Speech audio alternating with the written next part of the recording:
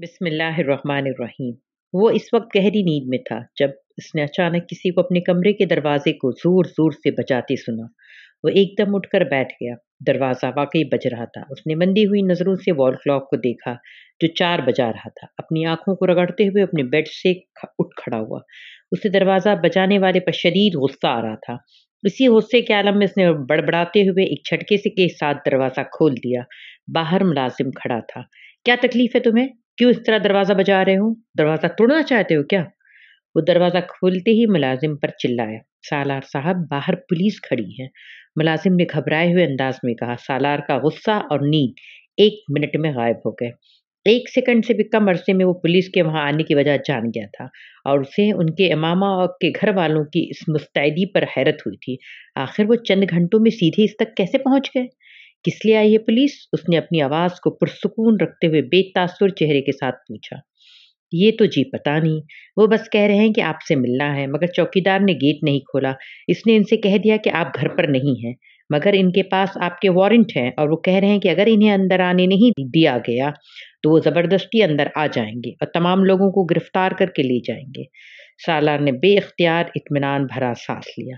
चौकीदार ने वाकई बड़ी अक्लमंदी का मुजाहिरा किया था। उसे यकीनन अंदाजा हो गया था पुलिस रात वाली लड़की के मामले में तफ्तीश के लिए वहां आई थी, इसलिए इसने ना तो पुलिस को अंदर आने दिया, ना ही उन्हें ये बताया कि सालार घर पर मौजूद था। तुम फिक्र मत करो, मैं कुछ ना कुछ करता हूँ।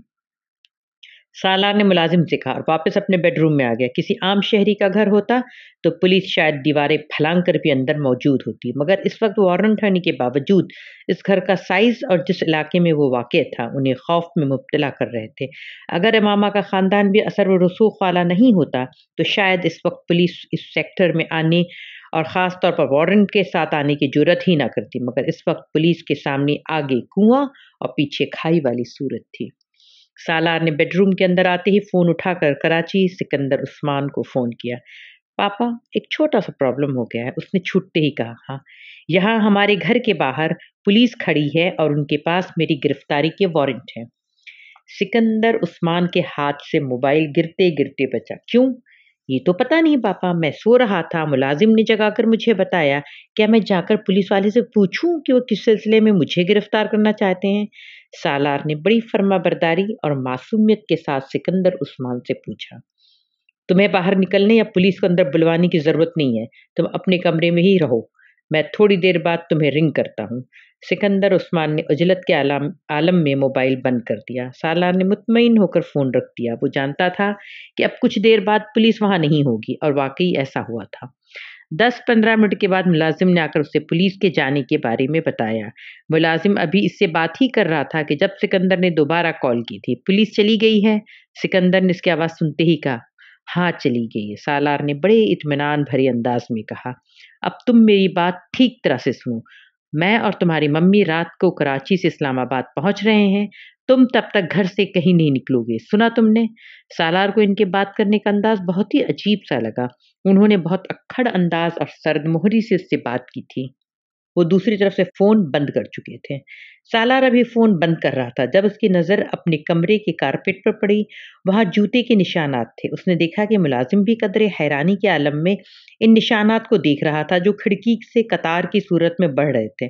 जूते के इन निशानात को साफ कर दो, सालार ने तहक्कुमाना अंदाज में कहा।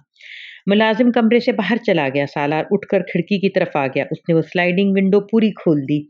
इसका अंदाज़ा ठीक था। जूते के वो मिट्टी वाले निशानात बाहर बरामदे में भी मौजूद थे।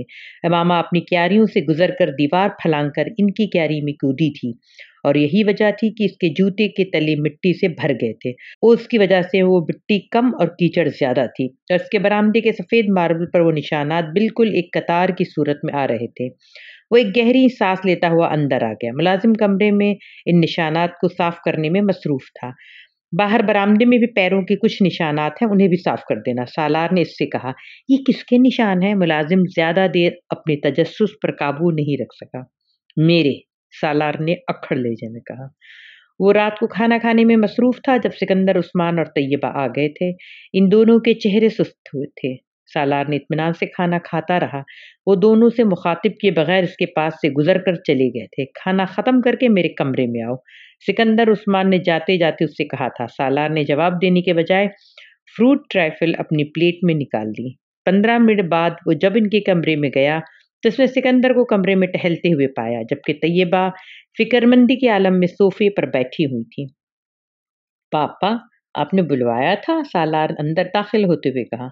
बैठो, फिर मैं तुम्हें बताता हूँ क्यों बुलाया। सिकंदर उस्मान उसे देखते ही टहलना बंद कर दिया। वो बड़े इत्मीनान से तैयबा के बराबर बैठ गया। इमामा कहाँ है? सिकंदर ने लम्हा जाया किए बगैर पूछा। कौन है मामा? इसकी जगह कोई और होता तो उसके चेहरे पर थोड़ी बहुत घबराहट जरूर होती, मगर वो अपने नाम का एक ही था। सिकंदर का चेहरा सुर्ख हो गया। तुम्हारी बहन, वो गुर्राए। मेरी बहन का नाम तो अनीता है पापा। सालार के इत्मीनान में कोई कमी नहीं आई। मुझे तुम सिर्फ एक बात बताओ, आखिर तुम मुझे और कितनी बार और कितने तरीकों से जलील कराओगे? इस बार सिकंदर उस्मान दूसरे सोफे पर बैठ गए। आप क्या कह रहे हैं पापा? मेरी समझ में नहीं आ रहा, सालार ने हैरानी से कहा।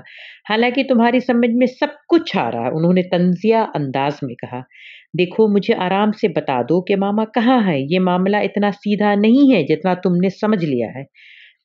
पापा, आप किस मामा की बात कर रहे हैं? मैं किसी मामा को नहीं जानता।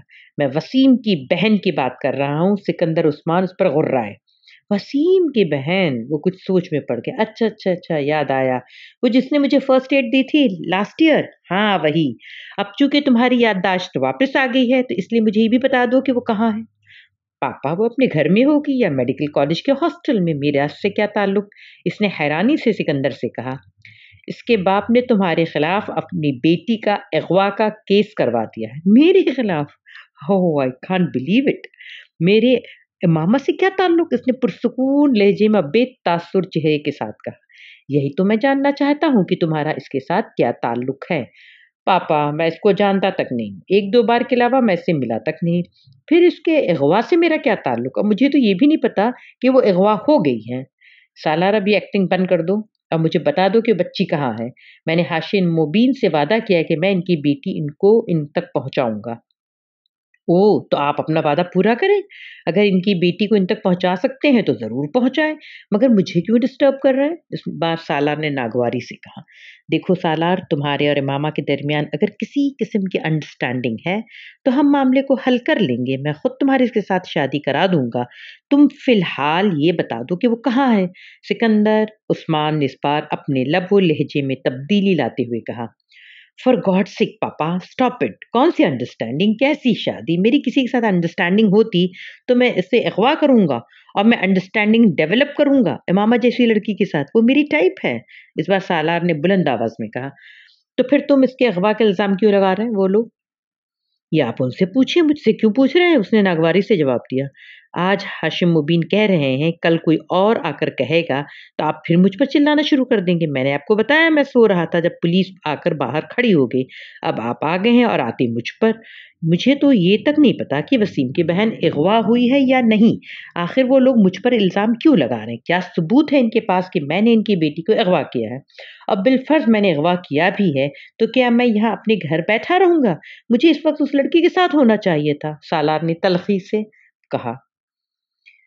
मुझे एसपी से तुम्हारे केस की तफसीलात का पता चला है। फिर मैंने कराची से हाशिम मुबीन को फ़ोन किया। वो मुझसे बात करने पर तैयार नहीं था। मुझे इससे बात करने के लिए मिन्नतें करनी पड़ी। इसने मुझे तुम्हारे बारे में बताया कि इसकी बेटी रात को गायब हुई है और तुम भी रात को गए हो और सुबह आए हो। तो पापा, इसमें अगवा कहाँ से आ गया? पहली बात ये है कि मैं रात को कहीं नहीं गया। दूसरी बात ये है कि अगवा करने के लिए किसी के घर जाकर लड़की को ज़बरदस्ती ले जाना ज़रूरी है और मैं किसी के घर नहीं गया। हाशिम मुबीन के चौकीदार ने रात को तुम्हें जाते और सुबह आते देखा है। इसका चौकीदार झूठा है, सालार ने बुलंद आवाज में कहा। मेरी चौकीदार ने तुम्हें रात को एक लड़की को कार में ले जाते देखा है, सिकंदर ने दांत पीसते हुए कहा। सालार चंद लम्हे कुछ बोल ना सका। सिकंदर यकीनन घर आते ही चौकीदार से बात कर चुके थे। वो मेरी एक फ्रेंड थी जिसे मैं छोड़ने गया था, उसने तैयबा को देखते हुए कहा। कौन है वो फ्रेंड? इसका नाम और पता बताओ। सॉरी पापा, पर्सनल मैटर है, हर एक को नहीं बता सकता। जहाँ इस्लामाबाद छोड़ने गए थे? हाँ। तुम तो उसे लाहौर छोड़ कर आए हो। एसपी ने मुझे खुद बताया कि तुम 4 नाकों से गुजरे हो। चारों पर तुम्हारा नंबर नोट किया गया। रास्ते में तुमने इस सर्विस स्टेशन पर रुक कर गाड़ी चेक करवाई है, इस लड़की के साथ वहाँ खाना खाया है। सिकंदर ने इस सर्विस स्टेशन और होटल का नाम बताते हुए कहा। सालार कुछ देर सिकंदर को देखता रहा मगर उसने कुछ भी नहीं कहा। एसपी ने मुझे ये सब कुछ खुद बताया है। मैं उसने हाशिम मुबीन को ये सब कुछ नहीं बताया। इसने मुझसे कहा है कि मैं तुमसे बात करूं और खामोशी के साथ लड़की को वापस पहुंचा दूं या इसके घर वालों को उस लड़की का पता बता दूं ताकि ये मामला खामोशी से किसी मसले के बगैर ख़त्म हो जाए। मगर वो कब तक हाशिम मुबीन को नहीं बताएगा? वो तो दोस्ती का लिहाज करके सब कुछ छुपा भी गया। तब भी हाशिम मुबीन के और बहुत से ज़राए हैं, उसे वहाँ से पता चल जाएगा और फिर तुम्हारी पूरी ज़िंदगी जेल में गुज़रेगी। सिकंदर ने उसे डराने की कोशिश की। वो मुतासिर हुए बगैर उन्हें देखता रहा। आप झूठ बोलना छोड़ दो और मुझे बताओ कि वो लड़की कहाँ है? वो लड़की रेड लाइट एरिया में है। सिकंदर को इसकी बात पर करंट लगा। व्हाट? मैं उसे वहां से लाया था, मैं वहीं छोड़ आया हूँ। वो सफेद चेहरे के साथ सालार को देखते रहे मगर वो इमामा नहीं थी। मैं परसों लाहौर गया था, वहां से मैंने रात गुजारने के लिए इस लड़की को लाया था। मैं आज उसे छोड़ आया हूँ। मेरे पास कोई कांटेक्ट नंबर तो नहीं है, मगर आप मेरे साथ लाहौर चलें तो मैं आपको उस लड़की के पास ले जाता हूँ या पता बता देता हूँ।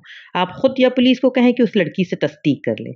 कमरे में एकदम खामोशी छा गई। तैयबा और सिकंदर बेयकीनी से सालार को देख रहे थे जबकि वो बड़े मुतमईन अंदाज में खिड़कियों से बाहर देख रहा था। मुझे यकीन नहीं आता कि तुम इस तरह की हरकत कर सकते हो। तुम ऐसी जगह भी जा सकते हो? एक लंबी खामोशी के बाद सिकंदर ने कहा। आई एम सॉरी पापा, मगर मैं चाहता हूँ। और इस बात का मामा के भाई वसीम को भी पता है। मैं कई बार वीकेंड पर अपने दोस्त के साथ वहाँ जाता रहा हूँ और वसीम से ये बात जानता है। आप इससे पूछ लें। एड्रेस तो इस लड़की का वो कुछ देर बाद खोल रहा है। मैं अपने कमरे से लेकर आता हूँ, उसने उठते हुए कहा। अपने कमरे में आकर उसने मोबाइल उठाया और लाहौर में रहने वाले एक पुराने दोस्त को फ़ोन करने लगा। उसे सारी सूरत हाल बताने के बाद उसने कहा, अकमल, मैंने अपने पापा को रेड लाइट एरिया का उस घर का पता दे रहा हूँ जहाँ हम जाते रहते। तुम वहाँ किसी भी ऐसी लड़की को जो मुझे जानती है इसके बारे में बता दो। अभी कुछ देर तुम्हें वो दोबारा फ़ोन करता हूँ। वो कहते हुए तेजी से एक चिट पर एक एड्रेस लिखने लगा, फिर से लेकर सिकंदर के कमरे में आ गया।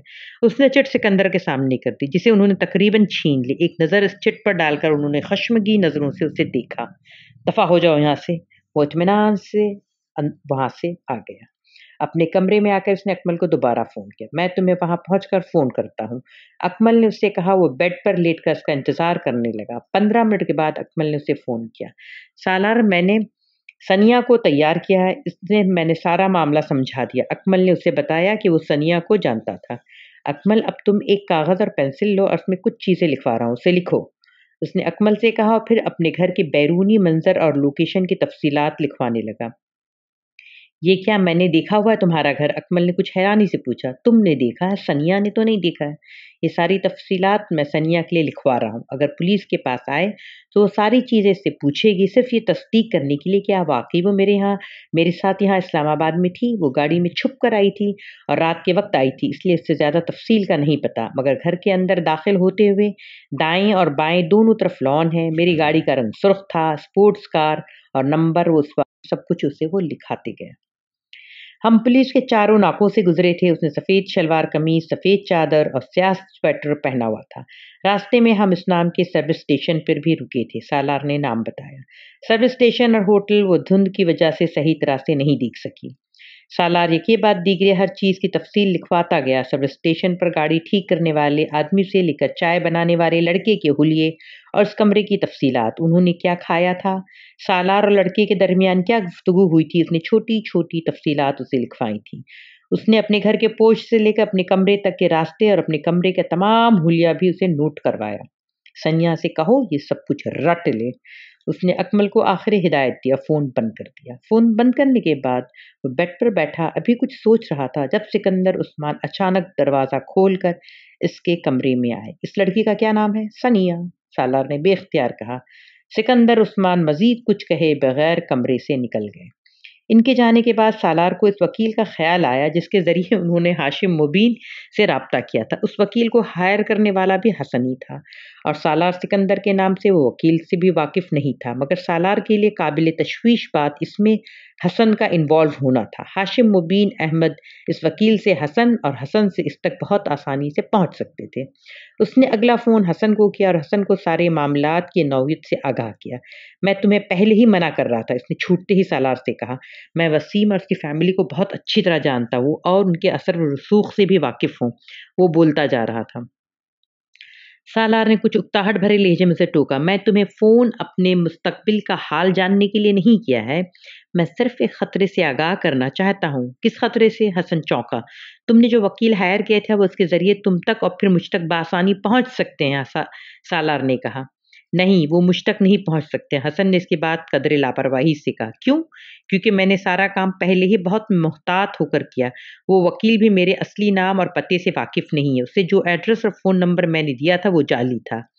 सालार बेइख्तियार मुस्कुराया। उसे हसन से ऐसी ही अक्लमंदी और चालाकी की तवक्को रखनी चाहिए थी। वो हर काम बड़ी सफाई से सरअंजाम देने का माहिर था।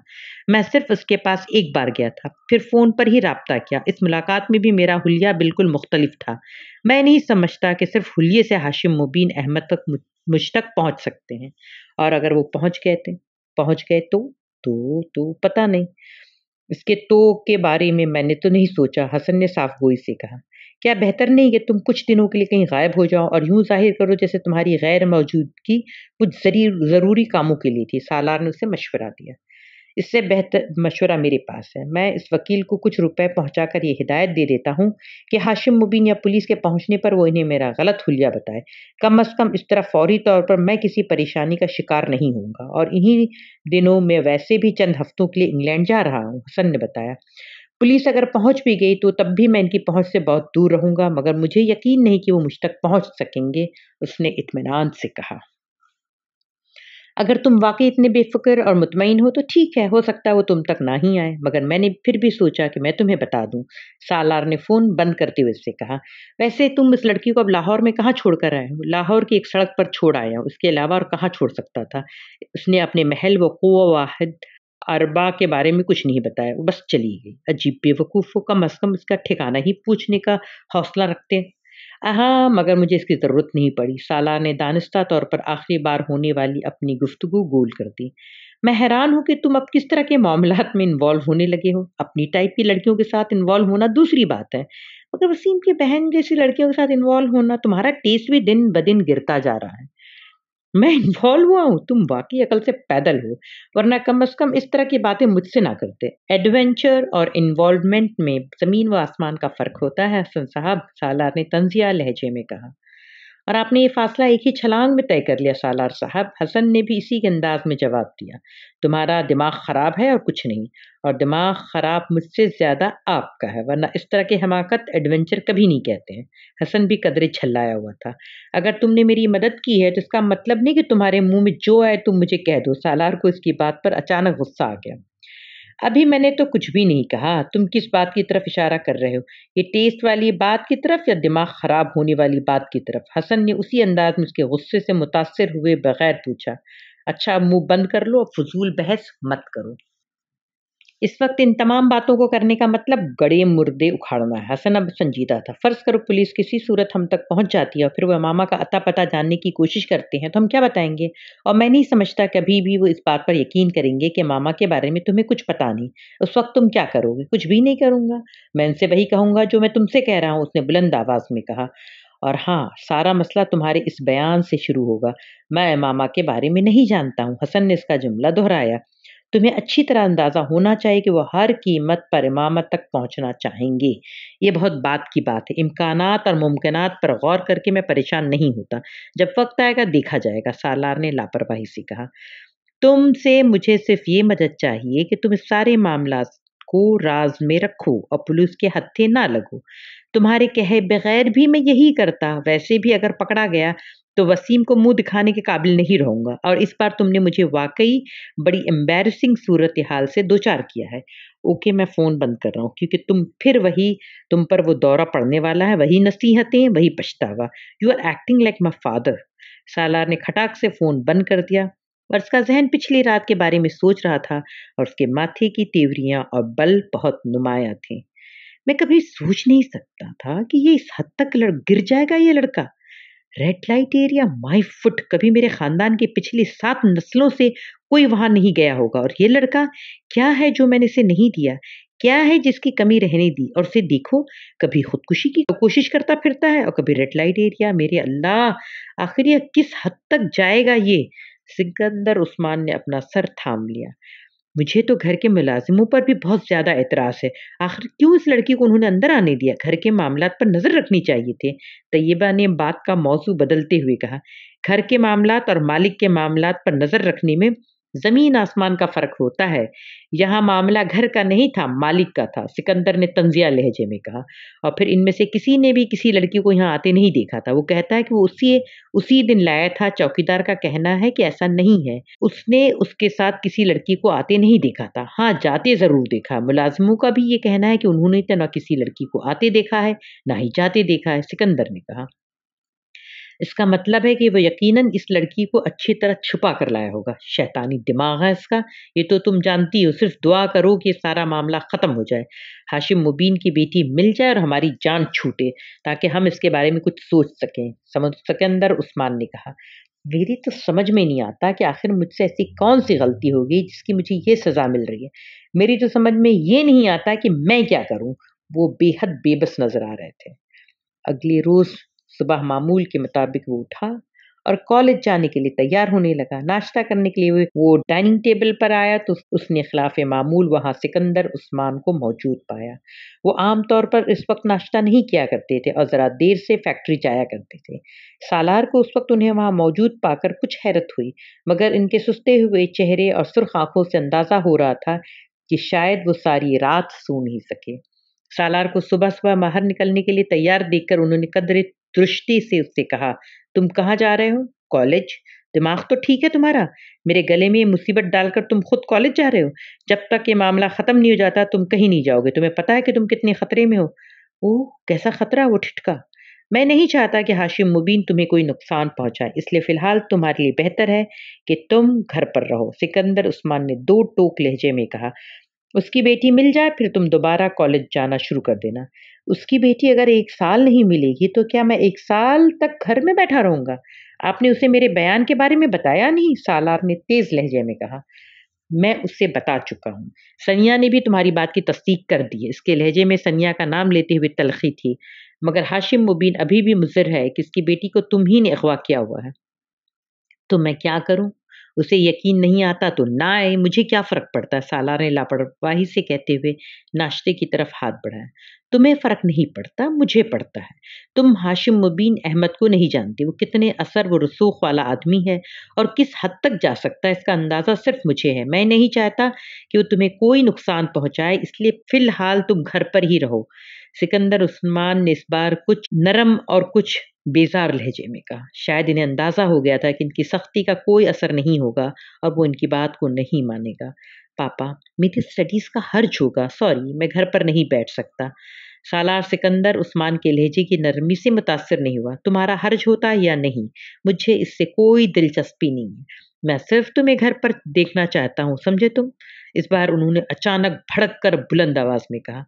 कम से कम आज तो मुझे जाने दें, आज मुझे बहुत ज़रूरी काम निपटाने हैं। सालार एकदम इनके गुस्से पर कुछ पज़ल हुआ। तुम वो काम ड्राइवर को बता दो, वो कर देगा। फिर या किसी दोस्त से फ़ोन पर बात कर लो, सिकंदर ने हतमी अंदाज़ में कहा। मगर पापा आप मुझे इस तरह सिकंदर उस्मान ने उसकी बात नहीं सुनी।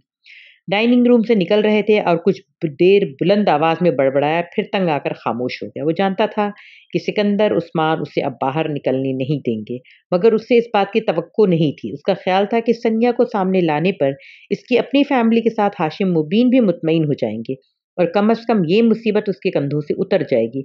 मगर इसके लिए सिकंदर उस्मान का ये इंकिशाफ हैरानकुन था कि हाशिम मुबीन ने अभी भी इसके बयान पर यकीन नहीं किया। सालार वहाँ बैठा नाश्ता करते हुए कुछ देर इन मामलात के बारे में सोचता रहा। कॉलेज न जाने का मतलब घर में बंद हो जाना, और घर में बंद वो होना नहीं चाहता था। उसका मूड एकदम ऑफ हो गया। नाश्ता करते उसने उसे अधूरा छोड़ा और अपने कमरे की तरफ चल दिया। सिकंदर साहब, मैं आपसे कुछ बात कहना चाहती हूँ। वो लाउंज में बैठे थे जब मुलाजमा कुछ झिझकते हुए उनके पास आई। हाँ कहो, पैसों की ज़रूरत है? सिकंदर उस्मान ने अखबार पढ़ते हुए कहा। वो इस मामले में खासे फराख्दिल थे। नहीं साहब जी, ऐसी कोई बात नहीं, मैं कुछ और कहना चाहती हूँ आपसे। बोलो। वो हनूज अखबार में मुनहमक थे। मुलाजमा कुछ परेशान होने लगी। नासरा ने बहुत सोच कर समझ कर सालार और मामा के बारे में सिकंदर उस्मान को बताने का फैसला किया था, क्योंकि उसे ये सब कुछ अब बहुत परेशान कुन लग रहा था। वो नहीं चाहती थी कि जल्द या देर पता चल जाए और कि इन दोनों के दरमियान राब्ते का जरिया वो थी। और फिर उसे उसके पूरे ख़ानदान को पुलिस का सामना करना पड़े। इसलिए अपने शौहर के मशवरे से उसने सिकंदर उस्मान को सब कुछ बताने का फ़ैसला कर लिया था, ताकि कम से कम वो दोनों घरानों में से किसी एक की हमदर्दी को अपने साथ रखे। चुप क्यों हो, बोलो। सिकंदर उस्मान उसे खामोश पाकर एक बार फिर से कहा। इनकी नज़रें अभी भी अखबार पर जमी हुई थीं। सिकंदर साहब, मैं आपको सालार साहब के बारे में कुछ बताना चाहती हूँ, नासरा ने बिलाखिर तवील वक्फे के बाद कहा। सिकंदर उस्मान बेइख्तियार अखबार अपने चेहरे के सामने से हटाकर उसे देखा। सालार के बारे में क्या कहना चाहती हूँ? उन्होंने अखबार को सामने सेंटर टेबल पर फेंकते हुए बहुत संजीदगी से कहा। सालार साहब और मामा बीबी के बारे में कुछ बातें बताना चाहती हूँ। सिकंदर उस्मान का दिल बेइख्तियार उछलकर हलक में आ गया। क्या? बहुत दिन पहले एक दिन सालार साहब ने मुझसे कहा था कि मैं उनका मोबाइल अपनी बेटी के हाथ मामा बीबी को पहुंचा दूं। सिकंदर उस्मान को लगा कि वो दोबारा कभी हिल नहीं सकेंगे, तो हाशिम मुबीन अहमद का ख्याल और इसरार ठीक था। उनके बदतरीन कयास और अंदाजे दुरुस्त हो रहे थे। फिर उन्होंने अपनी आवाज़ किसी खाई से आती हुई लगी। मैंने इनकार कर दिया कि ये काम मैं नहीं कर सकती, मगर उन्होंने मुझे बहुत धमकाया। उन्होंने कहा कि वो मुझे घर से निकाल देंगे, जिस पर मजबूरन मैं वो मोबाइल मामा बीबी तक पहुंचाने के लिए तैयार हो गई। अपनी पोजीशन को मजबूत रखने के लिए नासरा ने अपने बयान में झूठ की आमेज़िश करते हुए कहा। फिर इसके कुछ देर बाद एक दिन सालार साहब ने कहा कि मैं कुछ कागज़ात इमामा बीबी तक पहुँचाऊँ। फिर इसी वक्त मैं इन कागज़ात को वापस ले आऊँ। मैं अपनी बेटी के ज़रिए वो कागज़ात भी मामा बीबी के पास पहुँचाकर वापस मंगवा लिए और सालार साहब को दे दिए। मैंने सालार साहब से इन कागज़ात में के बारे में पूछा, तो मगर उन्होंने नहीं बताया। मुझे शक है कि शायद वो निकाहनामा था, क्योंकि उस वक्त सालार साहब के कमरे में 5 लोग मौजूद थे और उनमें से एक मौलवी भी था। सिकंदर उस्मान को वहाँ बैठे-बैठे ठंडे पसीने आने लगे। और ये कब की बात है? मामा बीबी के जाने से चंद दिन पहले, नासरा ने कहा। और तुमने मुझे इसके बारे में क्यों नहीं बताया? सिकंदर उस्मान ने दुरुस्त लहजे में कहा। मैं जी बहुत बहुत डर गई थी। सालार साहब ने मुझे धमकियाँ दी थी, अगर मैंने आपको या किसी और के सारे मामले में बताया तो मुझे यहाँ से बाहर फेंकवा देंगे, नासरा ने कहा। वो कौन लोग थे, उन्हें पहचानती हो? सिकंदर उस्मान ने बेहद इज़्तिराब के आलम में कहा। बस एक को। कौन? वो हसन साहब थे, जिसने सालार के एक दोस्त का नाम लिया। बाकी और किसी को मैं नहीं जानती, नासरा ने कहा। मैं बहुत परेशान थी, आपको बताना चाहती थी, मगर डरती थी कि आप मेरे बारे में क्या सोचेंगे। अब मुझसे बर्दाश्त नहीं हुआ। और कौन-कौन इसके बारे में जानता है? सिकंदर उस्मान ने कहा। कोई भी नहीं, बस मैं और मेरी बेटी और मेरा शौहर, नासरा ने जल्दी से कहा। मुलाज़िमों में से किसी और को कुछ पता है? तौबा करें जी, मैं क्यों कुछ बताती फिरूँ? मैं किसी को कुछ भी नहीं बताया। तुमने जो कुछ किया है इसके बारे में तो मैं बाद में तय करूँगा, मगर फ़िलहाल तुम एक बात अच्छी तरह ज़हन नशीन कर लो कि तुम किसी को भी सारे मामले के बारे में नहीं बताओगे। अपना मुँह हमेशा के लिए बंद कर लो, वरना इस बार मैं ना सिर्फ़ तुम्हें वाक़ई इस घर से निकाल दूँगा, बल्कि हाशिम मुबीन और पुलिस से कह दूँगा कि ये सब तुमने करवाया है। तुमने ही इन दोनों को गुमराह किया था और तुमने ही इन दोनों के पैगामात एक-दूसरे तक पहुँचाती रही। फिर पुलिस और तुम्हारे साथ तुम्हारा ख़ानदान के साथ क्या करेगी, तुम्हें याद रखना चाहिए। तुम्हें सारी उम्र जेल के अंदर काटनी पड़ेगी। वो गुस्से के आलम में उसे धमका रहे थे।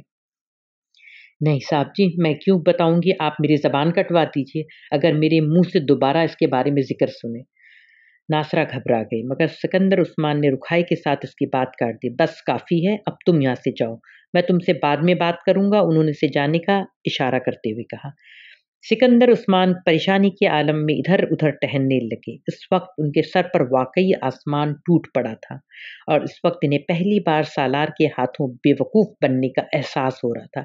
वो किस ढिठाई, महारत और बेहूदगी, और अगर मुलाज़िमा इन्हें सब कुछ ना बताती तो अभी भी टाँग पर टाँग रखे मुतमईन बैठे होते, यही सोचकर कि सालार इमामा के साथ इन्वॉल्व नहीं है और ना ही इसकी गुमशुदगी में इसका कोई हिस्सा था।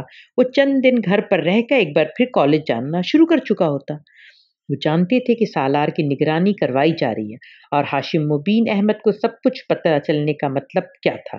वो अच्छी तरह जानते थे इनका कुछ देर पहले का वो इत्मीनान एकदम ख़त्म हो गया था। वो अंदाज़ा कर सकते थे कि वो कागज़ात कैसे थे। इन 5 आदमियों की मौजूदगी का मतलब क्या था? सालार और इमामा के दरमियान ताल्लुक की नौयत क्या थी? वो इस वक़्त इनका दिल चाह रहा था कि उसका गला दबा दें या फिर उसे शूट कर दें, मगर वो जानते थे कि ये दोनों काम नहीं कर सकते। सालार सिकंदर इनका वो बेटा था जिससे वो अपनी औलाद में सबसे ज़्यादा मोहब्बत करते थे, और उस तरह से बेवकूफ़ बनने के बाद पहली बार वो सोच रहे थे कि वो अब सालार सिकंदर की किसी बात पर यकीन नहीं करेंगे, उसे मुकम्मल तौर पर हर मामले के बारे में अंधेरे में रखेंगे, वो वैसा ही जैसा वो कर रहा था। जज़ाकल्लाहु खैर, शुक्रान।